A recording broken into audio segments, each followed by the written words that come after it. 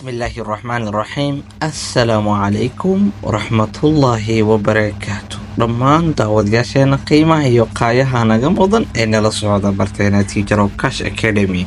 waxaad mar kale ku soo dhawaataan koorskeena la magac baxay New Concept English bogiisa koowaad ee First English First.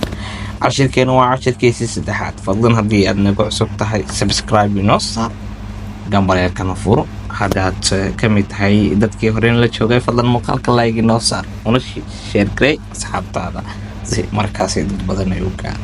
cashirkeena maanta wuxuu ku saabsan yahay ardayad cusub ku soo biirtay iskuulka, markaasi soo dhaweynaya macalinka kadibna baraya ardayda markaasi isku kalaaska ah.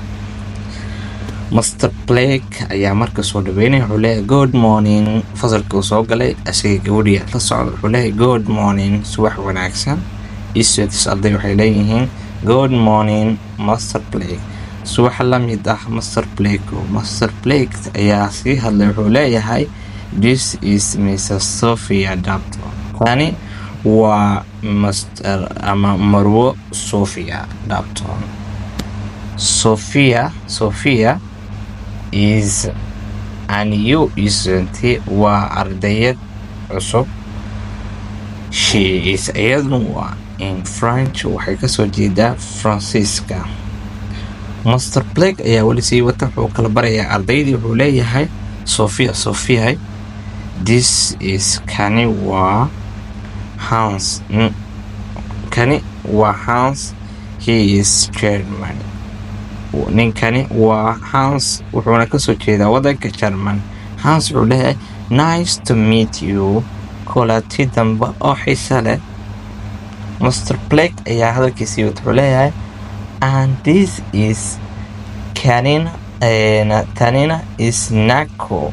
waa Nako, she's Japanese. ayadu waa Japanese. Nakona waxay leedahay nice to meet you, kulanti dambe oo xiisa leh. Mr. Blake ayaa sii hadlay, wuxuu leeyahay and this is kanina waa Janku. waa Mr. Janku, he is Korean. wuxuu kasoo jeedaa dalka Korea. Janku asiga wuxuu leeyahay isagana nice to meet you, aad ayaan ugu faraxsan inaan kula kulmo ama kulanti dambe xiisa leh. Mr. Blake wuxuu leeyahay and this is kanina waa is Lamin. ninka la yiraahdo Lamin, he is Chinese. isagu waa Chinese. Lamin wuxuu leeyahay nice to meet you, kulanti dambe oo xiisa leh. Mr. Blake ayaa sii wata, wuxuu leeyahay and this is sidoo kale tani waa Shaihu ayaa lahaa she is Chinese too. sidoo kale waxay kasoo jeedaa markaasi wadanka Shiinaha. waxay leedahay ayadana Shaihu, waxay leedahay nice to meet you, kulanti dambe oo xiisa leh. waxaan idinka tegaynaa sidaas iyo nabadino. wassalaamu calaykum waraxmatullaahi wabarakaatu.